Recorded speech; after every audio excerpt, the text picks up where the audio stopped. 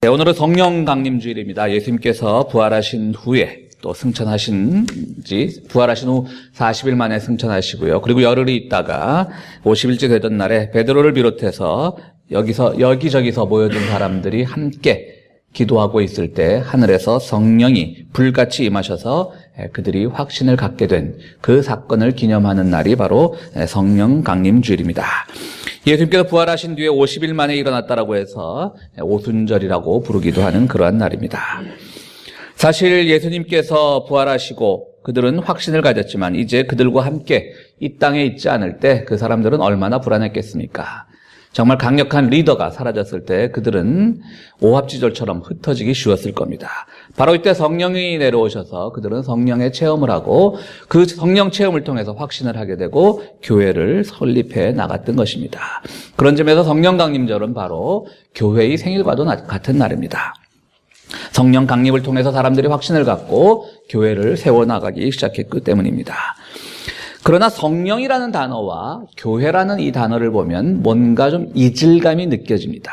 성령이라는 것은요, 물론 우리가 신학적으로 말하면 성령도 하나의 인격신이고 삼위일체 하나님의 한 위격이지만 우리가 흔히 성령 했을 때 받아들일 수 있는 첫 이미지는 뭐냐면 그냥 어떤 영적인 에너지, 기운, 그야말로 우리가 어떤 정신적인 체험, 감각적인 체험, 이렇게 성령을 이해하기가 쉽습니다. 신학적인 걸 떠나서 보자면 실제로 첫 성령 강림 때 바로 이러한 일들이 벌어지지 않았습니까? 사람들이 막 방언이 터지고요. 그 방언이 터졌는데 서로 각기 자기 나라 말로 하는데 누구도 해석해 주지 않았는데 그 말이 서로 다 이해가 되는 거예요. 얼마나 놀랍고 신비한 현상입니까? 그러니까 우리는 성령 하면 그 이미지가 삼위일체라고 하는 그런 신학적 이미지를 떠나서 일단은 뭔가 신비적이고 체험적인 것이라고 하는 우리의 선입견이 있는 것은 사실입니다. 근데 교회라는 건 어떻습니까? 왜 성령과 교회가 이질적이라고 말씀을 드리냐면요.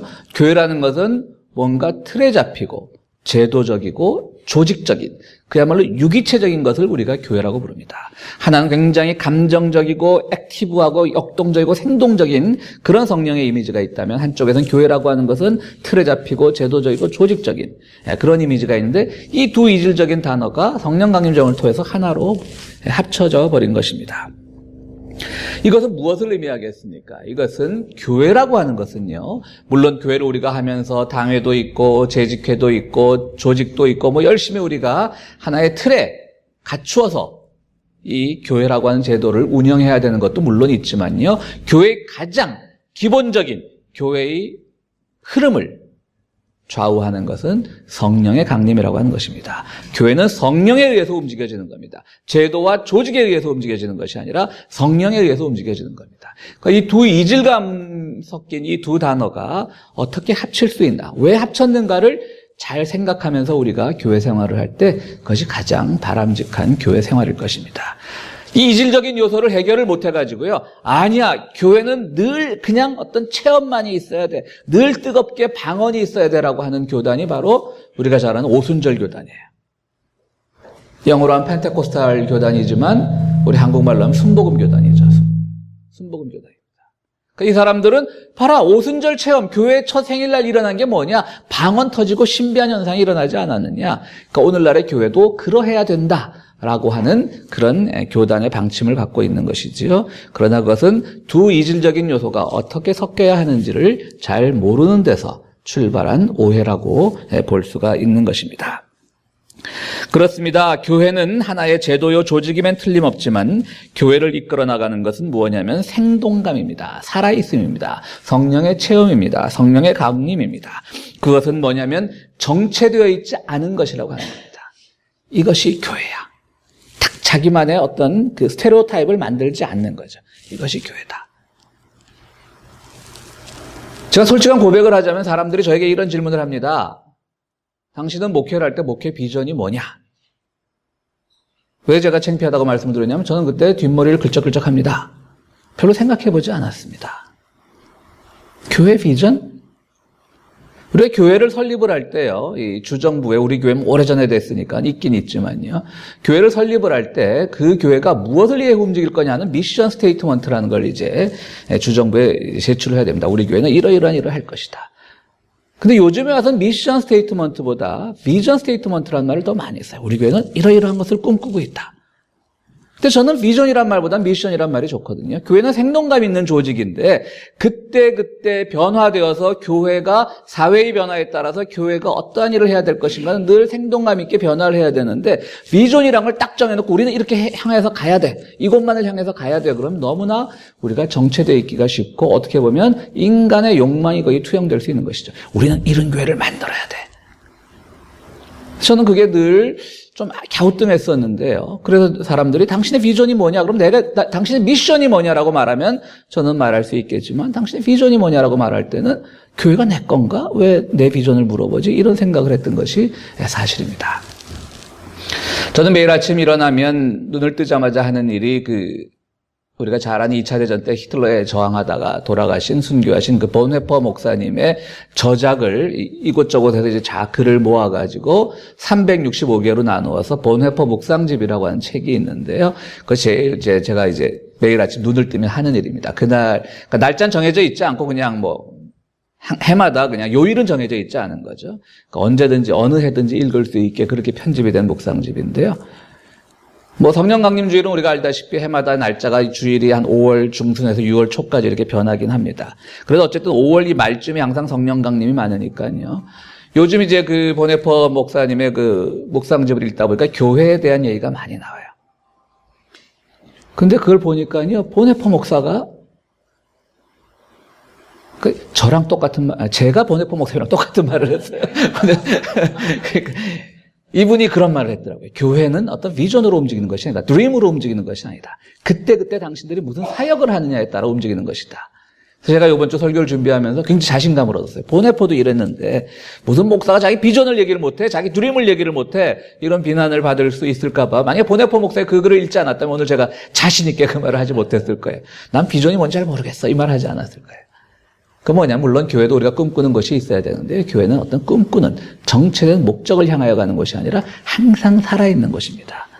사회의 변화, 사회가 어떤 일을 벌어졌을 때 그 안에서 우리가 어떤 미션을 하느냐, 어떤 우리의 사역을 하느냐, 그게 보다 더 중요한 의미라고 할 수가 있는 것입니다. 여러분, 우리 교회를 찾을 때요, 우리 교회뿐 아니라 어떤 교회를 찾을 때 자기가 어떤 꿈꾸는 교회가 있을 겁니다. 그런데 그런 분들이요, 교회 생활에서 가장 적응하지 못합니다. 어떤 분들은요, 인터넷 이런 공간에서 너무나 자신있게 말해요. 내가 이민 온 지 15년 됐는데 교회를 8번을 옮겼습니다. 그런데 이제야 바른 교회를 찾았습니다. 그래서 그분 계산을 해보니까 한 1년 반 있으면 그 교회 떠날 것 같더라고요. 평균적으로. 그런 걸 자랑하는 분들이 많아요. 교회는 다 썩었습니다. 그러다 이제야 찾았습니다. 그분은 아마 10몇 번을 옮기면서 계속 이 교회가 진짜 교회라 그랬을 거예요. 왜? 자기의 스테레오타입이 있는 거예요. 교회는 이래야 된다. 자기의 비전이 있는 거예요. 아닐 수 있잖아요. 여러분, 우리 교회 와서요, 교회 생활 적응 못하시고 떠나는 분들 중에요, 전혀 양극단적인 두 유형이 있습니다. 어떤 분들은 목사의 설교가 지나치게 정치적이다고 해서 떠나는 분이 있어요. 그럴 수 있어요. 전 사회 참여나 이런 것들 강조하니까요. 근데 여러분들 믿어지지 않겠지만요, 우리 목사가 정치적이 아니라고 해서 떠나는 분들도 있어요. 그러니까 밖에서 저랑 어떻게 활동을 하다 만난 분들 중에 이 교회 가면 매일 그냥 그야말로 불의와의 투쟁 이런 것만 설교하고 이럴 줄 알았는데 교회 오면 설교가 그렇지 않으니까 속았네 그러고 떠난 분들도 계셨어요. 다 저는 똑같은 설교를 하는데 어떤 분에게 그것이 정치적으로 들리고 어떤 분에게 그게 정치적이지 않은 걸로 들려요. 아주 비겁한 설교로 들리는 모양이에요. 그런 분들도 많았어요, 여러분들. 그게 뭐예요? 자기만의 교회를 만들려고 하는 거예요. 교회는 자기만의 교회가 아닙니다. 성령이 그때 말씀하시는 것에 따라서 이 교회가 어떤 방향으로 나갈까? 정말 비전 없이 때로는 유격대처럼 이렇게 변했다가 저렇게 변했다가 할 수 있는 것. 그것을 받아들일 수 있는 교회가 진정한 교회의 모습일 겁니다. 그렇기 때문에 성령이라고 하는 어떤 에너지적인 그런 생각, 그런 선입견, 교회라고 하는 조직적인 생각이 두 이질적인 요소가 만날 수 있는 겁니다. 그래서 성령 강림절은 바로 교회의 생일인 겁니다. 오늘 요한복음은 우리 예수님께서 제자들에게 남긴 유언인데요. 이 유언에서 이렇게 말합니다. 제자들에게. 제자들 안 그래도 자꾸 주님께서 내가 조만간 십자가에서 순환을 당할 것이고 이 땅을 떠날 것이고 안 그래도 불안해 죽겠는데 주님께서 유언을 남기시면서 뭐라고 말씀을 하시냐면 너희가 이제 미움을 받을 것이다. 얼마나 불안했겠어요. 우리의 스승이 없어진다는 사실도 불안한데 남긴다는 유혹이 나 없이도 너희는 잘할 수 있을 거야. 내가 너희를 믿어. 이 말을 해도 제자들은 지금 불안하고 긴가민가 할 텐데 너희 나 때문에 미움받을 거야. 박해받을 거야. 놀리는 것도 아니고 말씀이죠. 미움받을 거야. 박해받을 거야 그러는 거예요. 왜? 당연해. 나를 믿었기 때문에 박해를 받는 거야. 너희가 나를 믿는다는 것은 세상의 가치와 진리, 세상에서 말하는 그 가치를 따르지 않고 나의 가치를 따른다는 것이기 때문에 세상이 너희를 미워하는 건데 그것은 당연한 것이다라고 이렇게 제자들이 오늘 말씀에서 얘기를 하는 겁니다. 세상 사람들이 너희를 미워하는 것은 당연한 것이고 너희를 미워한다라고 해서 그 사람들이 옳은 것이냐? 그렇지는 않다라고 하는 겁니다. 왜? 주님께서 그 사람들에게도 주님을 받아들일 말씀을 충분히 했는데 받아들이지 않았으므로 아예 말을 하지 않았는데 받아들이지 않았더라면 그들의 죄가 아니지만 충분히 말을 했는데도 받아들이지 않았으므로 그들의 죄지 너희는 죄가 아니다. 그러니까 너희는 미움을 당하고 박해를 받아도 담대하게 일어설 수 있다라고 말합니다. 그래도 불안하지? 그래도 불안하기 때문에 내가 이 세상을 떠나도 너희에게 하나의 새로운 영, 새로운 성령을 내려주는데 그 성령의 이름이 뭐냐면 보혜사라는 성령이에요. 보혜사. 이건 완전히 한자어입니다. 헬라어도 아니고요. 보혜사라고 합니다. 보호할 보자에 어떤 은혜로울 은혜 해자에 그 다음에 스승사자를 쓴 겁니다. 보혜사. 그러니까 너에게 내가 진리의 영 성령을 하나 보내줄 터인데 내가 떠나도 걱정하지 말아라. 그 성령이 너희와 함께 끊임없이 있으면서 너희가 어떤 일을 하든지 핍박을 당하든지 박해를 당하든지 미움을 당하든지 그 미움 때문에 너희가 불안해할 때도 그것이 도울 테니까 이 보혜사 성령이 도울 테니까 너희는 그것을 가지고 담대하게 교회를 세워나가고 담대하게 하나님의 말씀 속에서 거할 수 있다라고 주님께서 위로를 하신 겁니다. 그러니까 성령이라고 하는 것은 뭐냐면요. 바로 그런 어려움 중에 있을 때 우리가 고통 중에 있을 때, 두려움 중에 있을 때 우리를 도와주시는 분이 바로 성령이라고 하는 겁니다. 그러니까 너희들은 이제 두려워하지 말고 오늘 마지막 절에서 뭐라고 말씀을 하십니까? 주님께서 두려워하지 말고 이제 너희들은 과감하게 나의 증인이 되어라. 이렇게 설명을 하는 겁니다. 자, 보혜사 성령이 있잖아? 그 보혜사 성령을 가지고 너희들은 증인이 될 수 있어. 겁난다라고 해서 미움받는다라고 해서 세상이 진리가 아니라 너희가 진리야. 그러나 그것이 겁날 때 보혜사가 도와줄 터이니 너희가 진리라는 사실을 세상을 향해서 증언하라고 이렇게 얘기하는 겁니다. 그러므로 성령 체험이라고 하는 것, 성령을 받는다라고 하는 것은 초대교회는 물론 그런 식으로 초대교회 아주 인상적으로 각인되었지만 막 방언이 터지고요. 그것은 교회라는 조직을 통해서 이제 성령의 체험은 그런 식으로 되는 것이 아니라 교회 혹은 나의 믿음 생활을 통해서 주님의 증인이 되는 것, 주님을 향해서 증언하는 것, 그것이 바로 성령 체험인 겁니다. 그렇다면 오늘 우리는 소위 말하는 한국교회에서 말하는 그런 성령 체험의 은사가 나에게 없어도 그런 경험이 나에게 없어도 정말 내가 주님을 향해 증인이 되고 있는지 그것을 우리가 우리의 삶을 돌아보면 난 정말 성령을 받은 거구나. 성령이 오셨네. 그러고 박수치면서 찬송할 수 있는 거예요. 난 그게 어떤 것일까? 성령을 체험했다는 건 어떤 것일까? 첫 번째로 먼저 생각을 해보면요. 성령 체험을 해서 증인이 된다는 것은요. 자유로움을 누린다는 거예요. 그것이 바로 교회의 성격입니다. 자유로움을 누린다는 것. 성령은 자유롭게. 정말 니고데모에게 주님께서 말씀하셨던 것처럼 바람과 같이 어디서 오는지 몰라요. 그러나 그 성령을 통해서 우리는 늘 주님 안에서 자유롭게 살 수가 있는 겁니다. 늘 그 자유라고 하는 것은 틀에 박히지 않고 우리를 어떤 데서 가두지 않고 우리가 뭐든지 생각하고 뭐든지 우리가 주님의 뜻 가운데서 결정할 수 있는 그런 능력을 말합니다.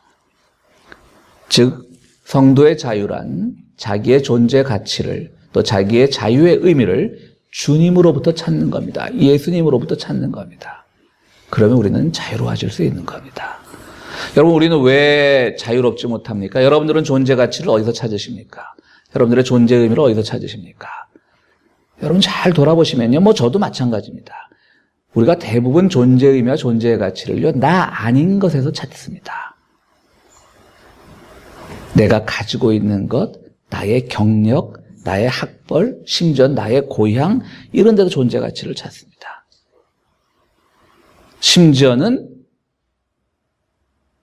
내가 아는 누구, 자기의 학력이 좀 딸리면 내가 아는 누구는 어느 대학을 나왔는데 나 그 사람하고 친한데 이런 사람들 많아요. 의외로 보면요. 내가 아는 누구는 벤츠를 타고 다니는데 내가 아는 누구는 굉장히 큰 집에 사는데 자기의 존재 의미가 자기에게 있지 않아요.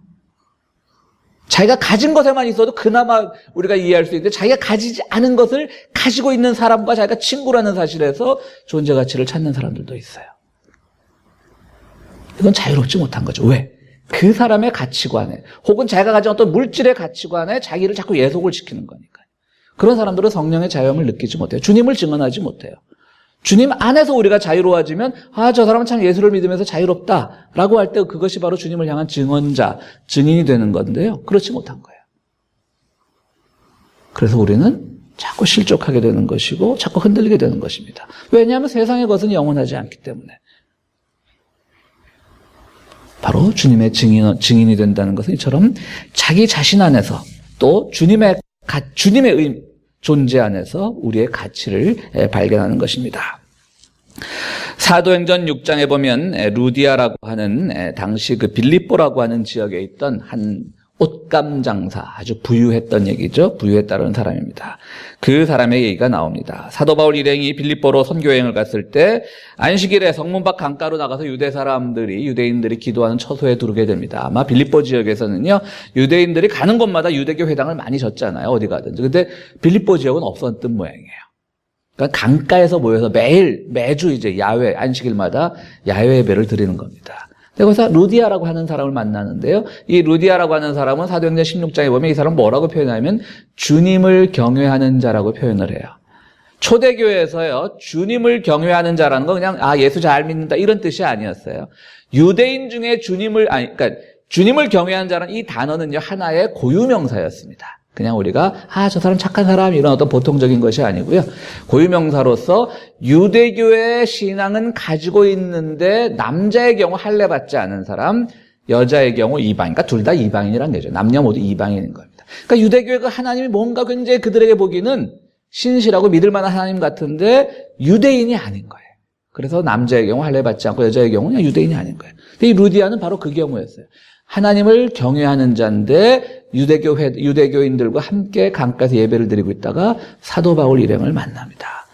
그래서 사도 바울의 그 말씀의 감화를 받고 주님의 제자가 되기로 결정을 합니다. 이 루디아라고 하는 여인을 보십시오. 이 루디아라고 하는 여인이야말로 정말 성령의 자유함을 누린 여인입니다. 왜? 당시 그 유대인 공동체에서 이 사람은 어쩌면 그 옷감 장사를 하면서 돈을 벌 때 유대인들 어디 가든 이 재력에는 참 이지에는 밝잖아요. 아마 유대인 공동체와 끈끈한 커넥션이 있었을 거라고요. 그러니까 이 사람은 뭔가 유대교 공동체 확 들어갈 수도 없어요. 이방인이니까. 그래서 그 언저리를 맴도는데 뭔가 해소가 안 되는 거예요. 그리고 이 사람 또 엄청난 부자예요. 당시 옷감 장사가 얼마나 부자였겠어요. 옷감 만드는 기술 자체가 워낙 복잡하고 어렵지 않았겠어요. 그 당시는. 근데 자기가 이 사도 바울이라고 하는 이 정말 알지도 못하는 예수라고 하는 사람의 복음을 선포하고 다니는 이 사람에게 자기가 신앙적으로 귀의를 해버리면 자기의 사업이 망할 수도 있어요. 그나마 친해졌던 유대 공동체로부터 배척받을 수도 있어요. 근데 루디아는 과감하게 거기서 예수를 믿습니다. 그리고 사도 바울 일행을 자기 집에 초대를 합니다. 몰래 가서 나 예수 한번 믿으면 안 될까요? 선교헌금 좀 쥐어주면서 소문내지 말아주세요. 이게 아니에요. 사람들이 다 보는데 자기 집에 초대를 합니다. 그리고 사도 바울에게 이렇게 고백을 합니다. 나를 주님의 신도로 여기시려거든 나를 받아주십시오. 나 이제 주님 믿었습니다. 거듭났습니다. 과감하게 이렇게 얘기하지 않습니다. 교만하게. 나를 주님의 신도로 여기시면 저를 받아주십시오. 이제 이 사람은 믿음 가운데서 자신의 진정한 의미를 찾은 겁니다. 자기가 가지고 있는 이 옷감장사라고 하는 이 거기서 얻어진 엄청난 부에 예속되지 않기로 했던 겁니다. 사람들과 유대인도 아니면서 유대인들과의 커넥션을 계속 유지해왔던 그것이 깨질지도 모른다는 두려움에 연연하지 않았습니다. 그리고 주님의 증인이 되었던 겁니다. 오늘 우리가 정말 성령 체험, 주님의 증인이 된다는 것은 바로 우리가 자유로워지는 겁니다. 나를 둘러싸고 있는 내가 이것을 놓치면 내가 불행해지지 않을까? 이것을 놓치면 세상으로부터 내가 비판을 받지 않을까? 박해를 받지 않을까? 그래서 나는 어느 한 언저리에 뭔가를 끈을 잡고 있어야 되지 않을까? 이것을 우리가 과감하게 떨쳐버릴 때, 그 용기가 생길 때, 그것이 바로 성령 체험의 증거입니다. 그것이 곧 여러분들을 자유롭게 하고 여러분들에게 진정한 주님의 신도가 되는 계기가 되는 것입니다. 두 번째로 증인이 된다라고 하는 것은 요한복음 말씀에도 나와 있듯이 주님을 믿음으로써 두려움을 이겨내는 것을 말합니다. 우리가 세상 살아갈 때 여러 가지 두려움의 종류들이 있습니다. 그러나 그 두려움을 이겨내는 것입니다. 초대교회는 교회 안에 여러 직분이 있었습니다. 우리가 잘 알다시피 사도행전 6장에 보면 집사라고 하는 직분이 처음 생겨나죠. 그러다 이제 교회 제도가 점점 발전하면서 장로 제도도 생기고 신부 제도도 생기고 종교개혁 이후에는 목사 제도도 생겼는데요. 지금은 잊혀진 성경에도 나와 있지 않고요. 그러나 초대교회에 있었던, 그러나 지금은 교회에서 사라진 직책이 하나 있습니다. 그게 뭐냐면 파라볼라노이였습니다. 파라볼라노이라고 하는 것. 그러니까 예를 들어 집사면 디어컨인데 파라볼라노이라고 하는 직책이 초대교회에 있었습니다. 이 직책은요, 3세기 중반에 생겨난 직책입니다. 4세기 초에 기독교가 공인됐으니까 3세기 중반이면 기독교가 아직 공인되지 않았을 때입니다. 당시 소아시아 지역을 중심으로 엄청난 전염병이 유행을 했는데요. 이때는 기독교인들도 많이 죽었고 이교도들도 많이 죽었습니다. 이때 당시 그 지역의 주교였던 키프리아는 자기들의 신도들에게 이렇게 얘기합니다. 우리가 단지 우리 그리스도인들만을 소중히 여기고 우리끼리만 자비를 베푼다면 그것은 놀라운 일이 아니지만 당연한 거잖아요. 그리스도인들끼리 자비를 베풀면 세리나 이교도들이 하는 것 이상으로 선으로 악을 이기고 이교도들에게 자비를 베푸십시오. 뭐냐면 지금 막 전염병이 도는데 서로 이제 전염병 바깥 지역으로 도망가는 거예요. 나 이제. 그런데 이 초대교회 교인들에게 키프리안이라고 하는 주교는 이교도들부터 전염병자에 가서 이교도들부터 간호하고 그들을 치유하십시오. 가면 전염병에 걸려 죽을지도 몰라요. 그래서 그들을 보냈어요. 그래서 그들을 보내면서 직책을 줬어요. 파라볼라노이. 뭐냐면 위험을 무릅쓰는 자, 위험을 감수하는 자. 어쩌면 교회의 타락은 교회의 파라볼라노이라고 하는 직책이 없어질 때부터 교회가 타락했을지도 모릅니다. 파라볼라노이. 위험을 감수하는 것, 위험을 무릅쓰는 것. 오늘날 우리는 그것이 막 힘든 선교 지역에 가서 그런 것을 말하는 것은 아닐 겁니다. 분명한 것은 사회가 우리를 이해하지 못할 때, 사회가 거짓 가치관을 우리에 심어줄 때 그것이 아니라고 말하는 것, 그리고 그렇게 살지 않는 것조차도 우리는 오늘날 우리에게는 크나큰 위험을 감수하는 일입니다. 오늘 성령 강림 주일입니다. 여러분들 모두 다 주님의 증인이 되기를 바랍니다. 그러기 위해서 여러분들은 여러분들이 둘러싸고 있는 모든 것들로부터 자유로워질 수 있는 것을 배우셔야 됩니다. 그것이 바로 성령 체험의 증인거이고 여러분들이 그 증거 따라 살 때 여러분들은 증인이 되는 것입니다. 동시에 오늘 우리는 목사요, 장로요, 집사요, 권사로 이 자리에 모였지만 우리에게 공통적인 직분, 초대교회에서 사라져버렸지만 공통적인 직분, 파라볼라노이아가 될 때 주님께서는 우리들에게 끊임없이 생동감을 주시고 이 세상을 이기게 도와주시고 이 세상에서 우리가 거둬야 될 모든 선한 열매들의 소유자가 될 수 있게끔 우리를 인도하실 것입니다. 사랑하는 성도 여러분, 성령 강림 주일입니다. 여러분들 모두가 성령 체험을 통해서 자유케 되시고 파라볼로노이아라고 하는 새로운 직책의 소유자가 되시기를 간절히 바랍니다. 우리 함께 기도하시겠습니다. 말씀을 생각하시면서 함께 기도하시겠습니다.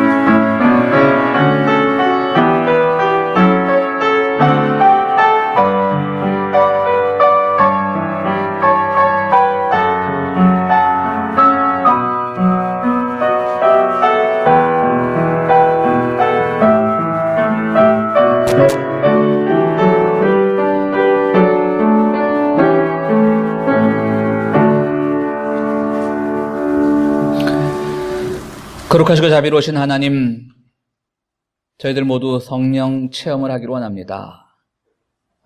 주님께서 우리 마음에 찾아오셔서 우리 마음을 열어주시고 우리를 자유케 하여 주시고 세상의 가치관을 따라 살면 우리가 참 평탄하게 살 수 있지만 그렇게 되지 못한 것. 그러나 그것이 곧 주님께서 우리에게 성령을 주신 증거임을 늘 세상을 향해 증거하며 살아가는 저희들 될 수 있도록 주여 도와주시옵소서. 주님의 전을 찾으면서 귀한 예물을 가지고 나온 손길들이 있습니다. 주님, 이것을 드릴 때마다 우리에게 더욱더 성령의 담대함을 허락하시고 이것을 드릴 때마다 우리 교회가 더욱더 세상 속에서 하나님의 사역을 잘 감당하는 교회가 될 수 있는 그 사역에 쓰이는 헌금이 될 수 있도록 주여 도와주시옵소서. 드리는 손길마다 주의 은총 더할 줄로 믿사오며 예수 그리스도 이름으로 기도하옵나이다. 아멘.